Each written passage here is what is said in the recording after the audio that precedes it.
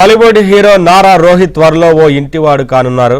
ప్రతినిధి 2లో కలిసి నటించిన శిరీషతో ఆయన 7 అడుగులు వేయనున్నారు. ఈ సందర్భంగా హైదరాబాద్లో హల్దీ వేడుక ఘనంగా జరిగింది. ఈ వేడుకలకు సీఎం చంద్రబాబు, సతీమణి నారా భువనేశ్వరి, మంత్రి లోకేష్, బాలకృష్ణ, హీరో శ్రీవిష్ణు హాజరయ్యారు.